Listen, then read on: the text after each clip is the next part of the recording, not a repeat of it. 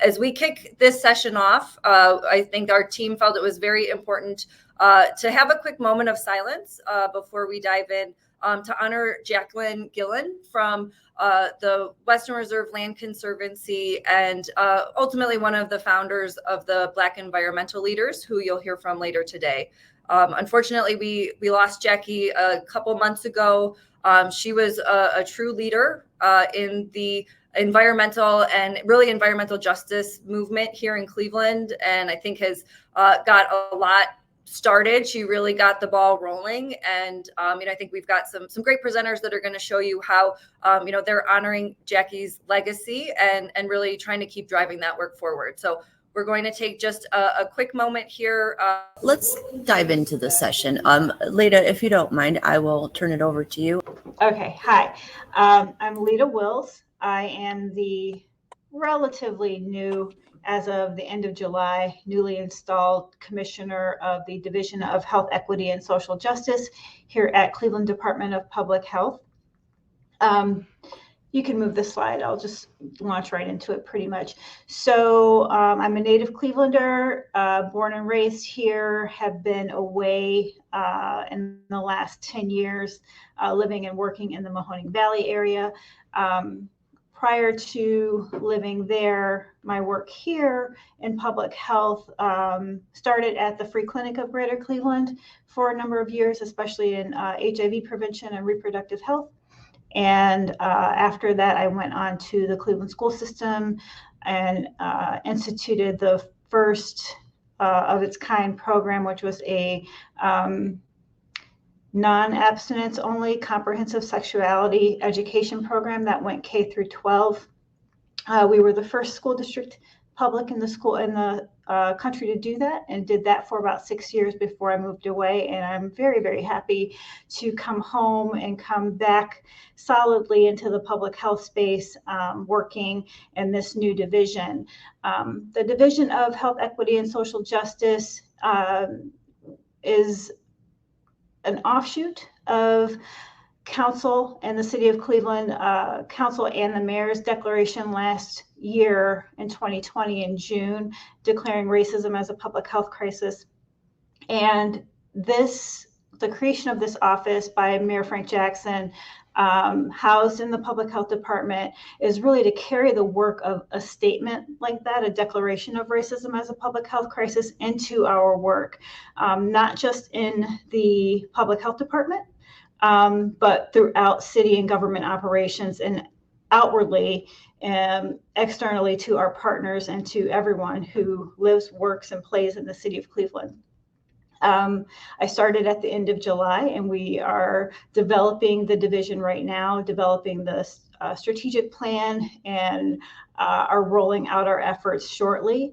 I can tell you, in terms of the mission that we've created, the mission is to improve the health outcomes and the overall quality of life for our most disadvantaged populations in order to create thriving neighborhoods in a thriving city. So, of course, having the impetus to improve health outcomes, it makes sense to house us within the Public Health Department. However, our work is not just within the health department. I think every time that we talk about health outcomes as they relate to health equity, especially as they relate to racism as a root to health inequities, we tend to make health departments, public health, healthcare systems responsible for it. And with this new division, what we're really trying to do is get at the root of these problems and do some upstream work to really affect the outcomes, hopefully before they start. So a lot of work in prevention. And to do that, you can't only do it within the health sector. You have to move out to other sectors that are connected to where our outcomes come from. So that declaration by council also at the same time authorized council to create what's called the Racism as a Public Health Crisis Working Group. They've been working for the better part of this last year, about probably about 10 months by now, with the Health and Human Services Committee of Council. And that group is a group of external leaders from various sectors across the community that are working on racism as a public health crisis from sort of the outside in. And the division of HESJ within the health department will be working a little bit from the inside out, but these are two trains running. So our division internally will be working with the RAFC, as we call it, and we have the same end goals in mind. We have members of the health department who have already been working with the RAFC, as well as the Health and Human Services Committee of Council, as well as some members of cabinet who've been on that. And since I'm on board now, I get to join up with that work to make sure that internally and externally, we're all focused on the same outcomes. So our work is focused on social determinants of health, which you'll see drafted in Healthy People 2030. Can you go back one? Yeah. So those social determinants of health that World Health Organization has laid out, the CDC has adopted in Healthy People 2030 are what's listed there on the screen: healthcare access and quality, neighborhood and built environment, education access and quality, economic stability, and social and community context. The same social determinants that we're working on internally, the RAFC is working on externally, and we're meeting up together. And so you can see we definitely throughout city operations have within different departments touches to all of these social determinants of health. So what we plan to do is, number one, the division within CDPH will focus on health inequities that are addressed in specific programming. So we do have some programs that speak to some of those issues already. And those will come under, they're now housed under the health division. They're soon to come under the health and social justice division. And within our city of Cleveland, interdepartmentally, that means not just at the health department, but across the board, we're looking really to operationalize equity in all of our policies and all of our practices. And this is going to take a lot of work and a lot of really digging back and underneath our current policies and actions to see where inequities are happening and see where the gaps are. So to accomplish that, we are creating an interdepartmental equity team, and that means representatives from across departments here at the City of Cleveland being represented on an equity team. We'll all go through training together to get on the same page as far as health equity and all manners of equity and how to find inequities in all of our policies. Those folks, that team will then pick out through their departments where this work is already happening and quantify it and figure out where the gaps are, and then take those learnings and findings back through their departments, and we'll bring on more folks internally who should be at the table. So that team will also be working together to help develop the strategic plan for health equity and social justice across the city. And then we'll be aligning with the work that's already happening as well with the Racism as a Public Health Crisis Working Group, so that those, the internal entity and the external entities will be working together. So when we talk about health equity and social justice and what does that mean to operationalize it within city government, that means looking through every place that we touch. You can actually forward the next slide. These are just some examples. So in addition to those social determinants of health, we want to look at where do we already touch issues around equity and social justice. And so some examples that are on the screen: family wage and job training, early childhood development. We know we have programming, we sit at tables creating policies that affect these issues, looking at strong and vibrant neighborhoods, looking at access to safe and efficient transportation, sustainability, of course, community and public safety, equitable law and justice system, access to affordable, healthy food, equity in all of our government practices, access to parks and natural resources, affordable, safe, and quality housing. As we're combing through our current policies and practices and looking at the work that we're all doing, a lot of this work that we're already doing at the City of Cleveland is really, really good and moving in the right direction. And so our jobs then, as this internal equity team starts to form, is to ask some basic questions as we're looking at all of our policies and practices, and asking questions where we can tease out, is there an equity issue here? Asking things like, who is benefiting? Who is not benefiting? Who might be being harmed by something that we're doing? Looking at who has access currently and how we can make that better and how we can find the gaps. So I'm going to leave it there, but that's an overall view of how this department will be working within the health department, as well as throughout city governance, and ultimately externally with all of our partners here in the City of Cleveland.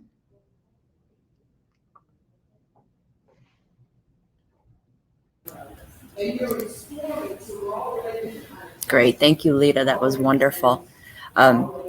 Ursula, are you going up next, or is SeMia? I think I was next. Is that right? Okay. Give me just a second to stop sharing this and pull yours up.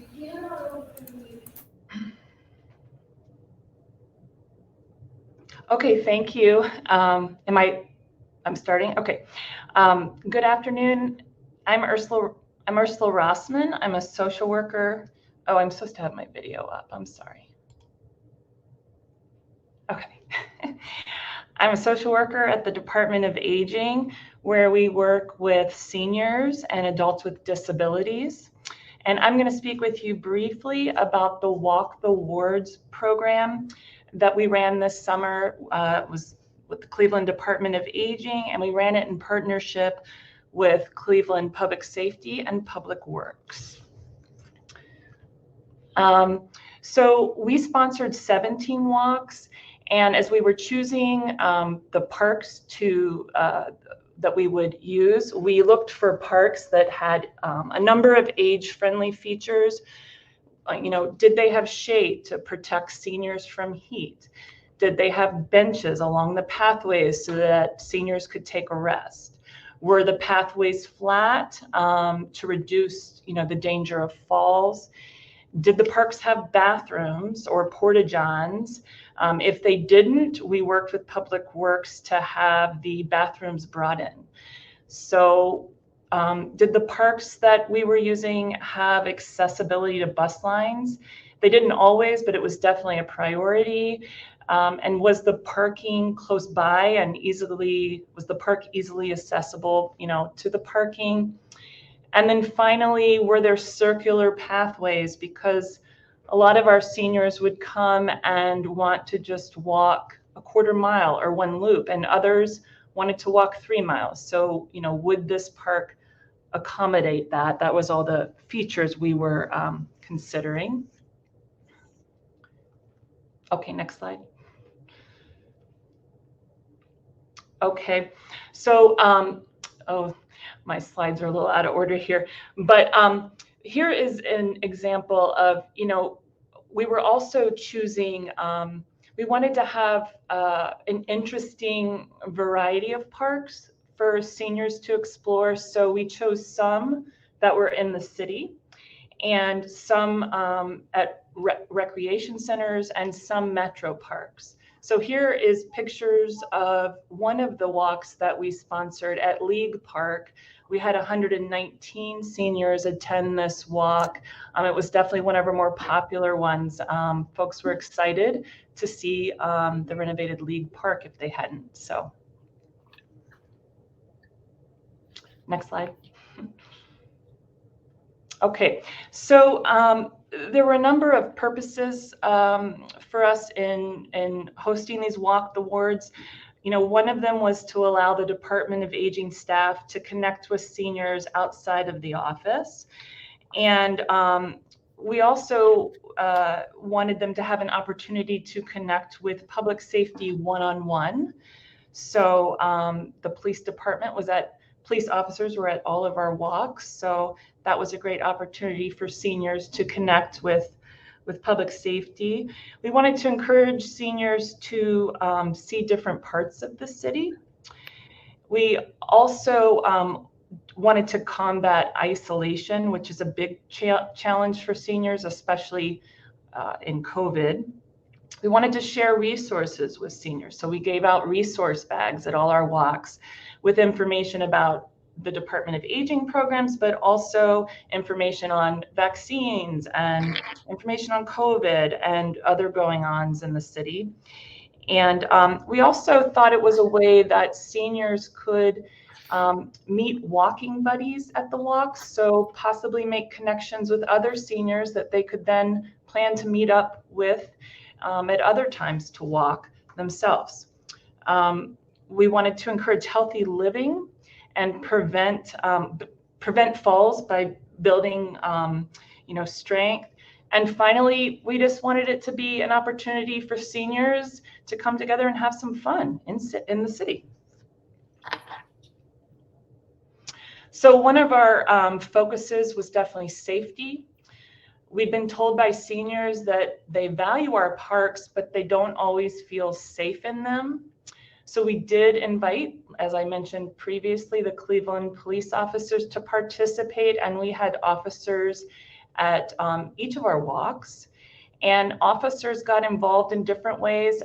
One of them was by leading warm-ups. We had a short warm-up before the walks began, and they also gave presentations on safety.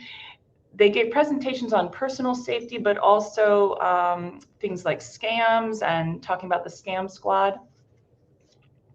Okay. Next slide. So here, I think we just passed a picture of Chief Williams. Yeah, there we are. So this was an intergenerational event, and you'll see here the Chief of Police is here with, somebody brought their grandchild, and he's wearing our T-shirts, which we gave out, and we found our seniors were very excited to have the T-shirts. So they were put on their grandchildren. We had a senior that sewed the shirts so that it would fit her little dog that came to all the walks with her. So they were very excited about the shirts, and or they were popular. And here, the other picture is the director of the city of Cleveland with the chief. So next slide. So our other, we were definitely trying to promote health.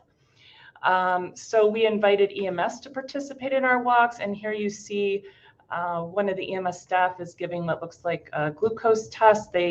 To this senior, they gave free glucose tests and blood pressure tests to participants. Next slide. Okay. So as far as promotion, we kept it to paper calendars and robocalls, mainly because that is how seniors prefer to receive information, either by mail or phone.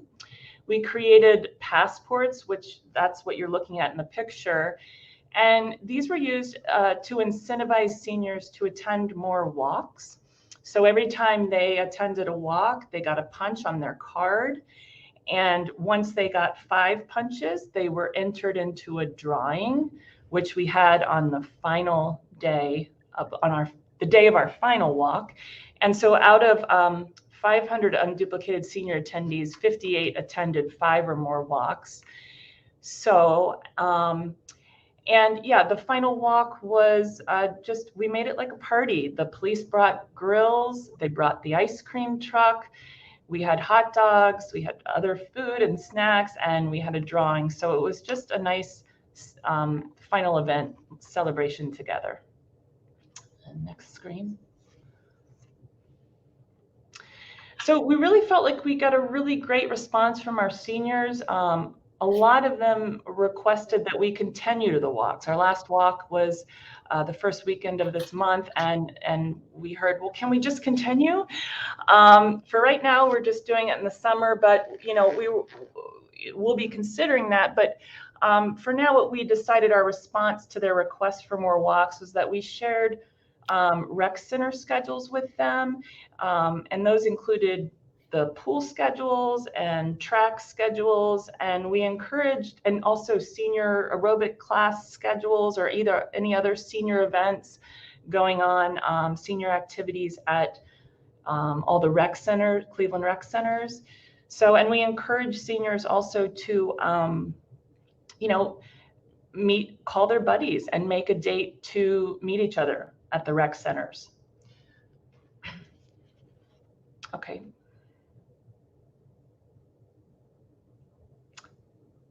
Okay, and here are just two pictures, a couple more pictures of from the walks. You can see, yeah. Next slide. So this one, the video won't be able to be shown, but I did post the link in the chat, so you can actually access it from the chat. Okay, thank you. I appreciate that. Yeah, so that's the link that I gave for a short video that's on TV 20 about our walks that aired this summer. And next slide, sorry. So that's it. Thank you so much for having us.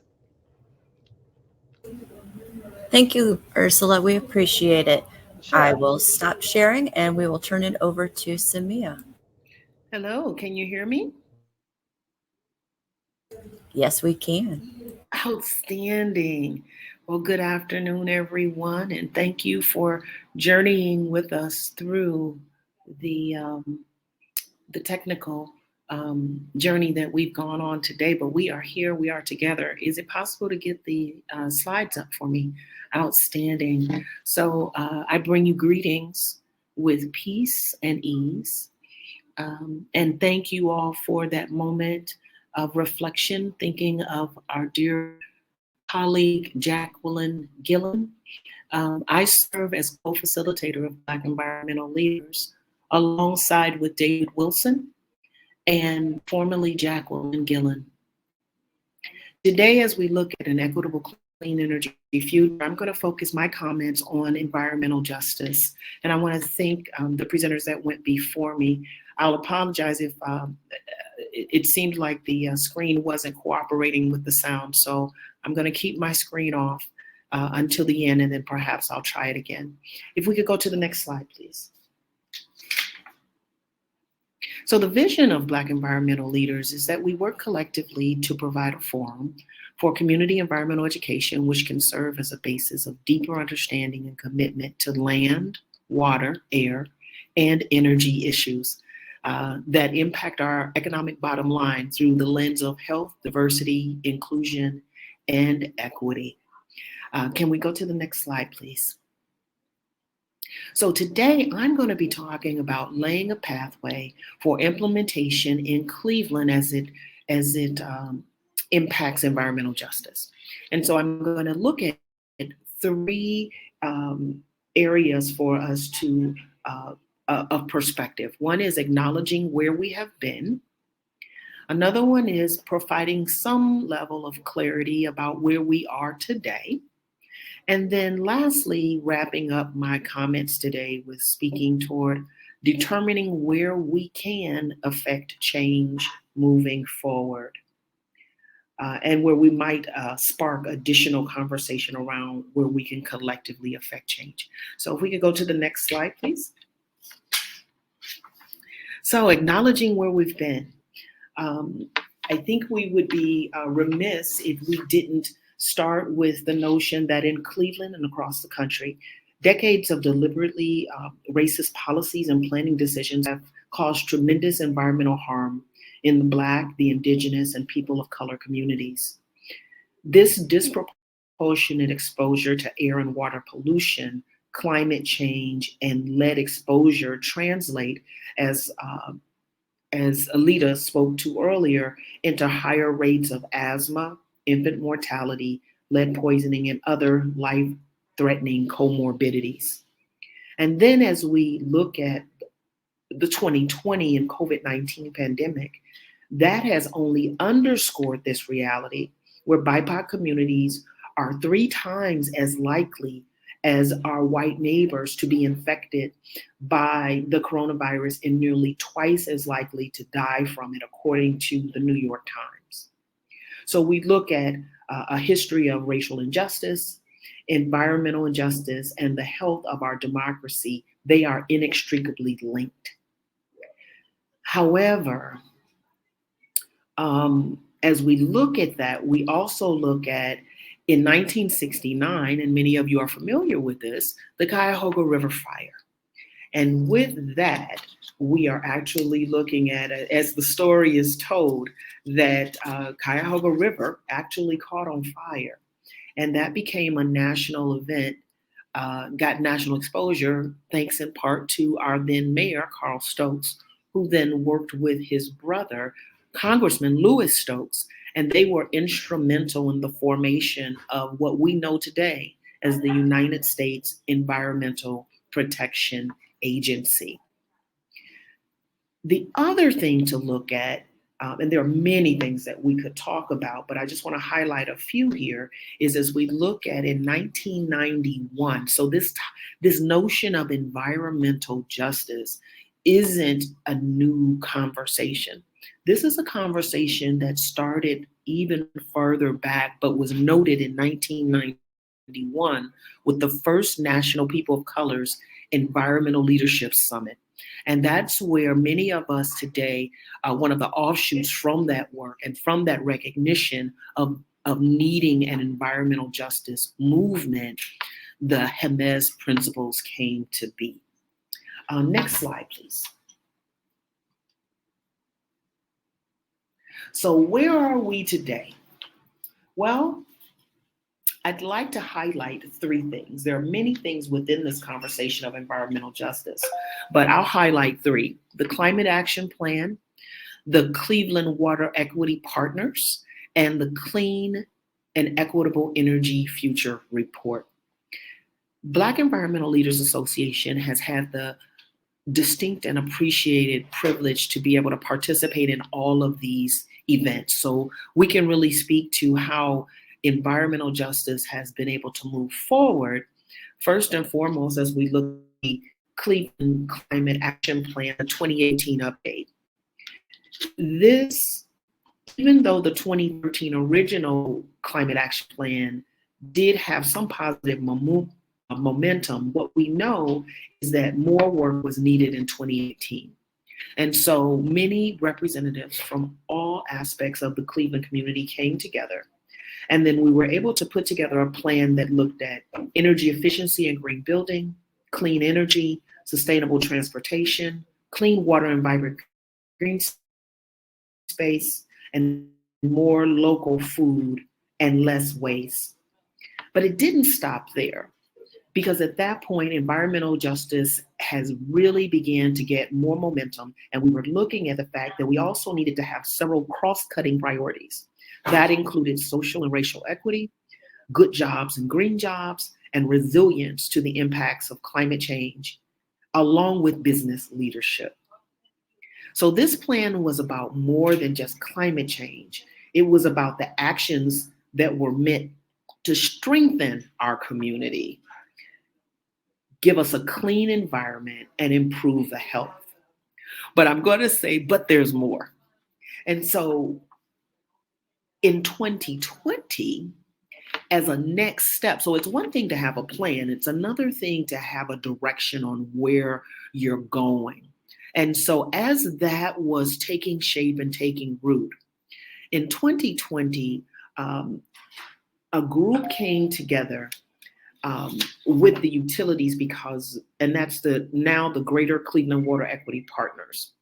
This is a group of utilities, nonprofits, community advocates, and organizations working together to advance water equity. So some might be saying, well, what does water equity have to do with environmental justice?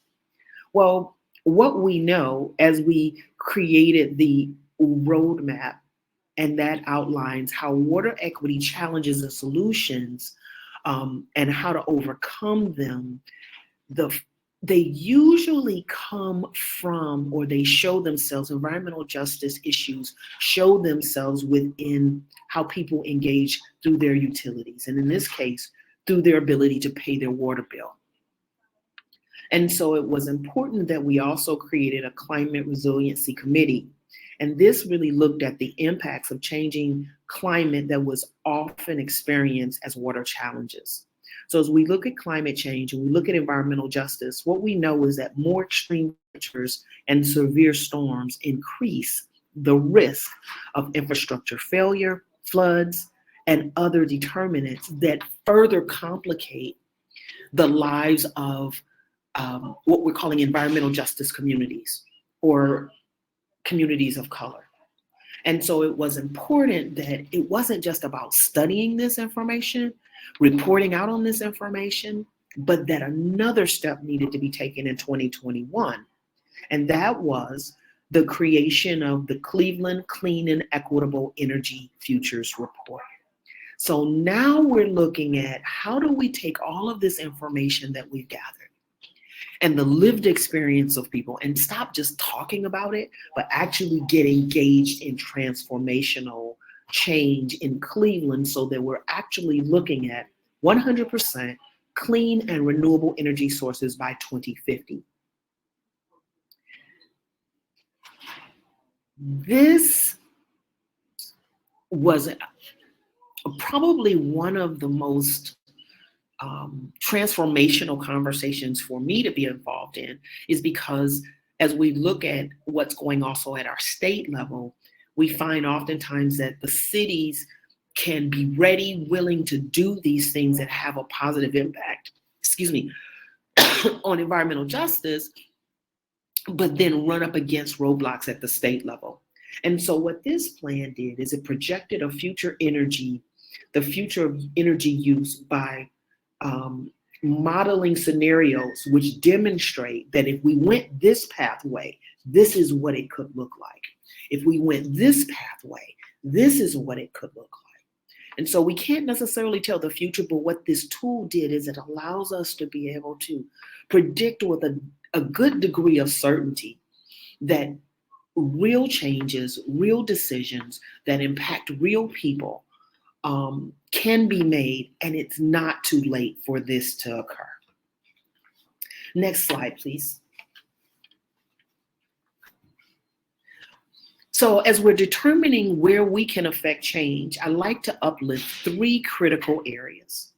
One is by upholding environmental justice as a foundation for scalable clean energy strategies throughout Cleveland. And you can get more information about that through the Cleveland Clean and Equitable Futures Report. The other piece that I like to, and perhaps I should have switched them and made this number 1, is that this is the human part. Participating as authentic implementation by using tools like the Hermes principles of democratic organizing. What is this? This is talking about emphasis on bottom-up organizing, not parachuting into a community and saying, we know what you need, community, but listening to the lived experiences of those who live in those communities that are disproportionately impacted, and then implementing changes that actually speak to the needs of those that have been identified. The other is letting people speak for themselves. Again, listening first, then acting. Then working together in solidarity and mutuality. Now, this sometimes can be challenging because sometimes people feel like if they're working in this area of environmental justice or they're working in this area of climate change, that they become subject matter experts, right? And inside of that, though, is I'd like to just, as a member of BEL and as a representative of Black Environmental Leaders Association, just remind all of us is that we never stop being human. And there's so many shades of humanity. And that we never stop being human, no matter how much information we gather, no matter how much notoriety we get, we never stop being human. And so that if we're working together in solidarity and mutuality, then we're really better positioned to affect that change that we want to see. The other one is building just relationships among ourselves, not just our favorite friends, but among people that we don't know, because it's through those diverse perspectives that we really get to what's real. And then the last Hermes principle that I want to uplift today is commitment to self-transformation. I would say of all the principles, this is probably the scariest one for most people because we all want to believe we're right. Me included, nobody's immune from this. But inside of community, what we discover is sometimes we all have what scientists call as scotomas, is there's something that I can't see that you can. And so if I'm committed to self-transformation, then I can be open to the fact that maybe I missed it, but you saw it, and trust our relationship and our mutual respect for one another enough to say, well, then maybe this is the time that I sit quiet and listen and learn from you, because everybody is good at something. Everybody's lived experience has made them an expert in something. And depending on what we're talking about, that's the voice that needs to be heard. Who has the most information from their lived experience that they can bring to that? That's another way that we affect change. And then engaging in coalition work. So that's an offshoot about that. It's like, okay, we're living in these HEMES principles. We're understanding where we've been from an environmental justice perspective. We're moving in the right direction. And so I just want to lift up really quickly 3 collaborations that I personally, through Black environmental leaders, am a part of. One is the Energy, Jobs, and Justice Act. This is a legislation that was just introduced by Stephanie House and Representative Casey Weinstein. It looks at centering our energy and jobs future in Ohio with environmental justice and equity. It looks at 3 key areas: equity, by forming the Governor's Office of Energy Justice that uses environmental justice at its core. It looks at reducing the carbon emissions, which is in alignment with what Cleveland is doing. And then it also increases transparency and accountability. It creates fixes within the PUCO, or the Public Utilities Commission processes, so that some of the old policies and legislation that currently exist that make it difficult for these kinds of environmental justice and clean energy work, whether it be workforce or emissions reduction, can move forward. The other collaboration that I'd wish to lift up is the Ohio Climate Justice Fund. And yes, I'm giving you a lot of resources here because there is a lot that's going on, and that my belief is if you're aware of this, you can connect to these different coalitions or these different efforts where it makes sense for you. And that keeps this work moving forward. And so the next one is the Ohio Climate Justice Fund. So the Ohio Climate Justice Fund is an attempt, an actually successful attempt, at participatory grant making. So what this means is environmental justice organizations are actually being funded by other environmental justice organizations, or members of the community are making the decision on who gets the granting and who doesn't. Now, what does that do? That allows those who are doing the work to not have to necessarily have the best grant writing department. Because sometimes we all know sometimes people can write a good grant, and when it comes to actual implementation, they have no clue. What this does is it blends the best of both worlds with people who write the grants, but also people who understand the work. And that's who's making those decisions. And thank you so much, Patty. You are like my angel today, my technology angel, putting those into the chat for people to get more information. And then the last collaboration that I'd like to leave you with today as I prepare to wrap up my comments is the Greater Cleveland Environmental Justice Local Journalism Collaboratives. So this is a project that was put together because the local media landscape reflected an alarming trend of facing what we call poverty porn, right? So environmental justice, the only story, or far too often the story, was about what wasn't happening and the disproportionate impact. Well, this collaboration came together to bring environmental justice organizations together with journalists to begin to tell the story of resilience, to tell the story of those environmental justice organizations that are doing good work and they're moving the needle, and they're doing it right here in Cleveland.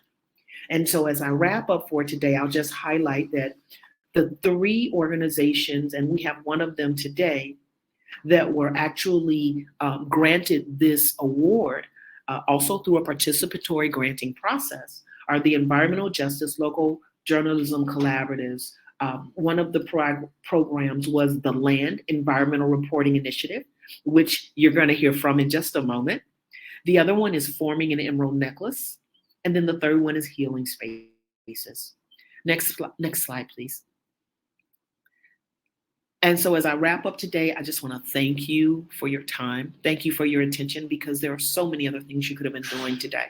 But to say that you appreciate these topics, that looking at environmental justice, and I'm going to introduce to you to share more specifically about the Land, Ask the Land Environmental Reporting Initiative. Lee? Thank you very much, SeMia. Patty, if you could pull up the slides, please, that would be wonderful. Absolutely. Patty, I saw there were a couple of questions. Did you want me to answer those now or do it later? We can do it at the end. There's some questions for all of you. Perfect. Thank you. Great. Well, while those slides are being pulled up, I'll go ahead and introduce myself. First of all, thank you to Sustainable Cleveland for inviting the Land to be here today. My name is Lee Chilcote. I'm the director and the founder of the Land. We are a nonprofit local news organization. And this summer we had a great opportunity to work collaboratively with other media organizations to report on environmental justice in the city of Cleveland. We think this is an underreported topic, meaning that not enough people know about it, but at the same time that people are eager and hungry to learn more, especially now during COVID times.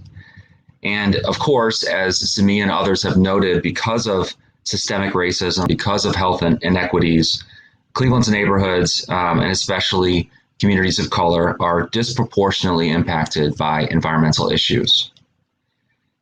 So our goal here was to dive in and play a role in helping to connect people to information and solutions to help achieve environmental justice, and also along the way to spotlight Black environmental leaders across the city. I'm going to start by just giving you a little bit of information about the Land and why we exist in the first place. We are a relatively new nonprofit organization that has been in existence for about 1.5 years. And we came about to try to fill some gaps in the local, what we call the local media ecosystem.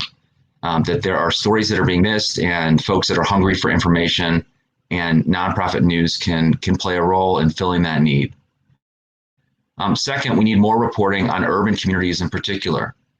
And many studies have shown that when reporting goes away, there's fewer watchdogs out there. The power shifts to people who control the purse strings, and people are just less connected to the places where they live. And then third, that we need more diverse voices in our coverage, whether it's the voices in articles or stories themselves, or the people who are telling the stories, that they need to reflect our community. Next slide, please. Here's our mission statement. We're a local news startup. As I said, our mission is delivering in-depth stories that foster accountability, inform the community, and inspire people to take action. Next slide. Again, just a little bit more information to familiarize yourself, help familiarize you with the Land. This photo on the right is courtesy of Karen McKenna, a wonderful photographer here in Cleveland. And it's a intergenerational family in the Lee Harvard neighborhood of Cleveland. So what we do is we inform, we engage, and we collaborate. We cover community development, sustainability, health equity, local government. We try to engage residents about their information needs and help meet those information needs and partner with others. And then we collaborate with other journalism organizations through a group that's called the Northeast Ohio Solutions Journalism Collaborative. Next. A little bit about how we're different. We provide in-depth coverage. We are a nonprofit, so we're guided by our mission. and that were really about trying to look at accountability, but also solutions. So not just highlighting problems, but really highlighting people that are making a difference in addressing those problems and helping to connect the community to resources and solutions. Next. And here's getting a little bit into our project. So again, with help from those funders, we were able to do a summer-long project. We worked with Kent State University and their collaborative news lab. We worked with our public radio stations, WKSU and IdeaStream. We worked with the Latinx media organization La Mega to translate stories into Spanish, and we worked with the Northeast Ohio Solutions Journalism Collaborative. Next.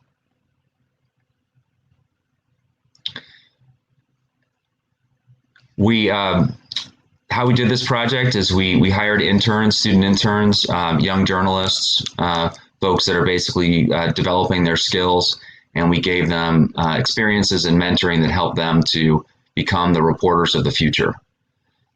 We interviewed a range of environmental leaders across the community, from folks at established organizations to people who were starting their own initiatives in their communities. We worked in particular in a few different neighborhoods: Clark Fulton, Collinwood, and Slavic Village. We hosted events that ranged from a Common Ground event in Collinwood to a couple of online forums with the Neighbor Up Network, to a meeting at Metro Health Hospital in the Clark Fulton neighborhood, and a gathering in a vacant lot, a vacant lot that had been turned into a garden in Slavic Village. And then based on that feedback that we got through surveys, through in-person interviews, we turned those into stories and we published them on the land and with our partners, IdeaStream, La Mega, and Northeast Ohio Solutions Journalism.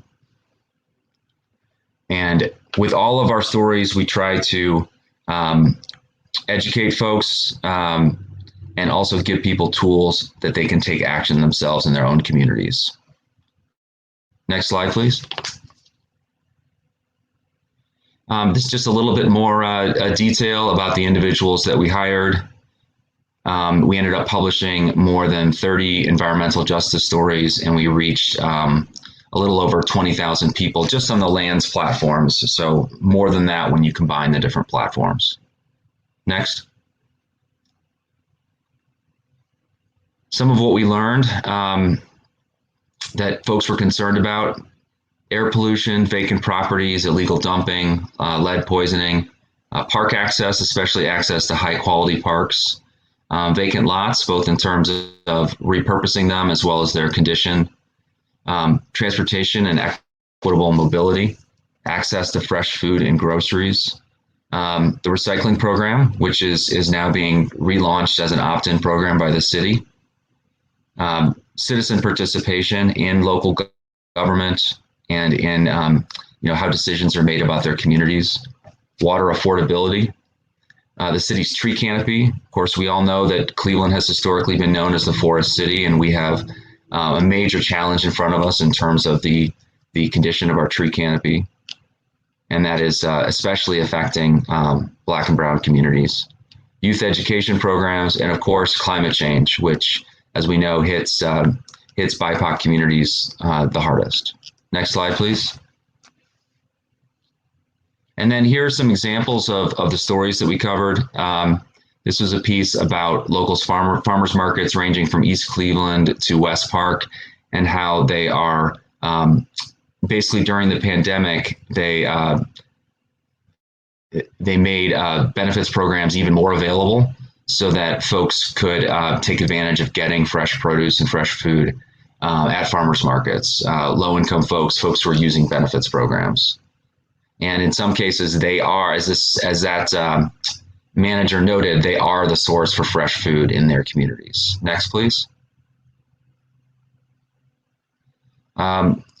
We tried to do, given COVID times, we tried to do our in-person reporting outside and highlight the ways that people can get outside during the pandemic to stay healthy, to stay connected to their neighbors, and to enjoy the environment. So Garden Walk Cleveland, if you're familiar with it, is a wonderful community building event that across Cleveland, connects neighbors to each other and beautifies streets, and also brings folks in to learn more about those neighborhoods. So we went to Slavic Village and Glenville and Collinwood and other neighborhoods to talk with gardeners about what they were doing, and then wrote a couple stories about it. Next.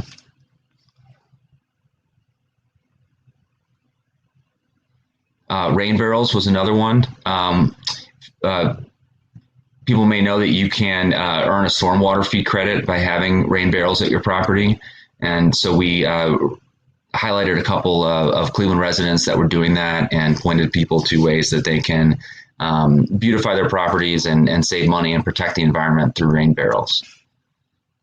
Next slide, please. And then here we go with one of the kind of upstart black-led environmental groups that is helping to prepare students for future environmental careers.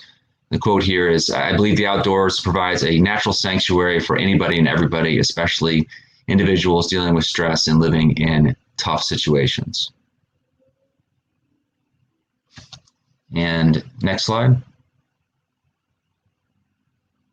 And this is the last one. This is a story that we actually just published in the last few days about the city's new opt-in recycling program, what's happening with it, how folks can get more information, and what they can expect in the future. So I thought that was a great way to end. But again, we're super appreciative of the opportunity that we had over the summer to report on environmental justice issues in Cleveland. It's not over. We're continuing to work with the same partners on the next phase of that project. We actually have garnered a couple of national grants through the Society of Environmental Journalists and also through the Solutions Journalism Network. And we're going to be reporting on the Circular Cleveland Initiative coming up over the next 9 months or so, as well as a range of environmental issues in Cleveland. So interested in the land, you can subscribe to our newsletter at thelandcle.org. You can follow us on social. And we invite you to engage with us and suggest story ideas and tell us what you think. So thank you so much, Sustainable Cleveland, for everything you do. Great. Thank you, Leo. I appreciate that. So we are going to extend this session to 3:30. That will give us about 10 minutes for some questions and answer time. So I'm going to start with Lita. Lita, can you hear me? And I encourage all presenters to turn your cameras back on so we can see your lovely faces. But Lita, as you got settled in, have you come across any equity-driven programs or initiatives being led by the city that you were surprised, in a good way, to learn that they were in place? Sure, I can think of a few, and some things that we look at. The Let's Save Coalition, which led to an even larger freestanding coalition around lead safety and preventing lead poisoning. We look at that as a model in terms of how internal work and departments interfaces with partners and then makes things happen inside and outside. The Healthy Homes legislation that came out a few years ago that basically clarified and connected a lot of the entities that were working around housing issues and helping residents access services in a more clear way, and connecting things like our building and housing department, which you would think would automatically be connected to housing court, but was not. So helping folks navigate our systems, which are all connected. I look at the fact that most recently in the last year and a half to 2 years, internally, there's been a huge focus on offering trainings for all of our departments around diversity, equity, and inclusion, and beginning to understand how to internalize that in the work that we do every day. And then also with our COVID vaccinations and in partnership with the Cleveland Department of Public Health, just the COVID response overall, but especially with vaccinations, understanding how to access different groups. Freestanding vaccination clinics rolled out very early and were great for the senior populations and the step down ages that where vaccines were available. But didn't work as well as we got past maybe the 45-year-olds. And so partnering with RTA, they were able to give us an entire bus, which we created a mobile vaccination clinic that now is able to go out to neighborhoods, organizations that are having events where they have folks that want to participate in vaccines, can call us and we can meet them where they are. And so we've been connecting through particular school events, church events, different community groups. And I think that was a real nice collaboration to find some ways that we can meet folks where they are and bring some equity to the vaccination process. Great. Thank you, Lita. Mhm. Ursula, the next one is for you. When it comes to Cleveland's seniors, what do you see as some of the most immediate health equity issues?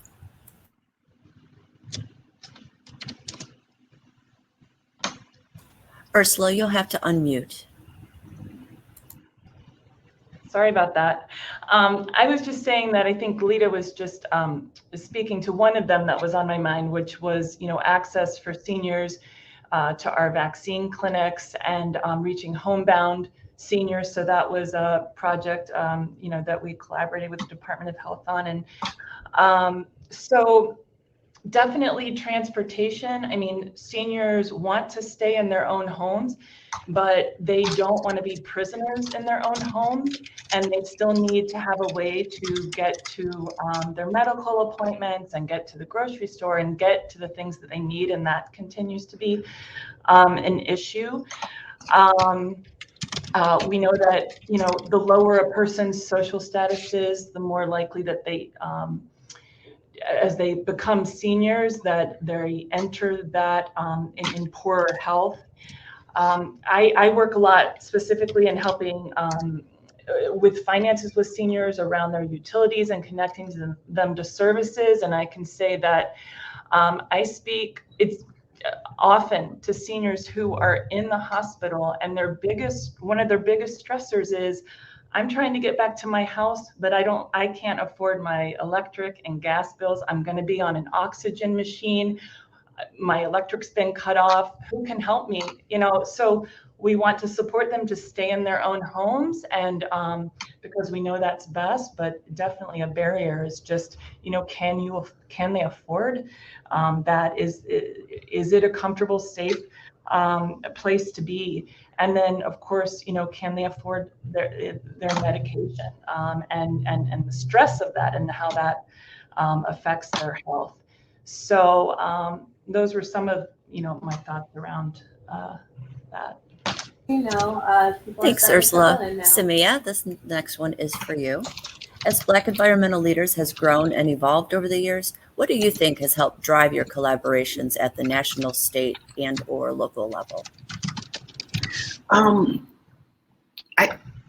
It's been many things. Part of it has been that this was a timely conversation. Black Environmental Leaders Association was founded as a partnership between was an idea of the National Wildlife Federation and the Alliance for the Great Lakes, which is a regional organization, and the Western Reserve Land Conservancy.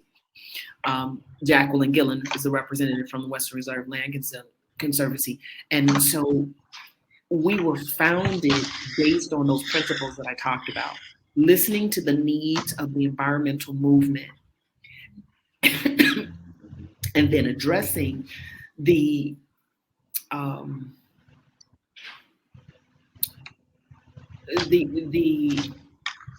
need for there to be more representation of a diverse voices within the environmental movement. And so as a result of that, as we began to do our work, recruit more people, and then more people began to hear about it, then more people said, hey, I want to be a part of that as well. So the authentic coming together based on what was requested from communities of colors that were dealing with all of these different things. And although we are Black Environmental Leaders Association, let me say this one last thing before I finish, is that we are Black Environmental Leaders Association because we are African Americans who started this organization. However, we are a nonprofit that serves all of humanity. and all of the many shades and diversity of humanity. So we have members who are white in our allies group. We have members who are indigenous, Asian, Latinx, and all are welcome because our organization is an organization that uplifts environmental justice and economic justice for all people, regardless of the shade of humanity that they happen to live within. Thank you, SeMia. Lee, our last question is for you. In today's digital world, with ever-increasing competition for people's attention, what are some of the ways communicators will need to adapt engagement strategies to reach their intended audience?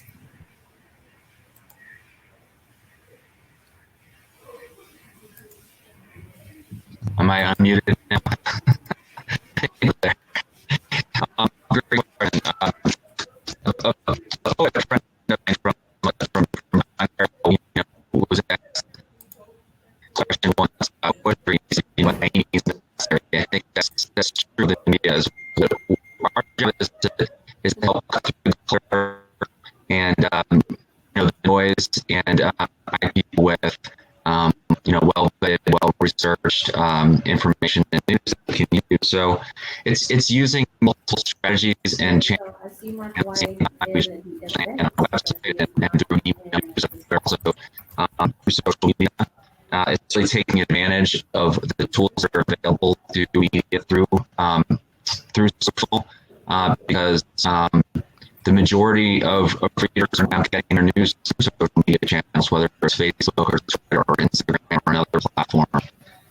And then lastly, it's just reaching people where they are. And that could be online, it could be in print, it could be through a trusted community source. We try to work with community partners like community development organizations, neighborhood groups, to neighborhood newspapers, to get information out there. And I think a lot of it's just through developing trust with readers. And if you do that, then you can get the information out there. Great. Thank you so much, Lee. And thank you to the entire panel today. We appreciate you taking time to address this important issue.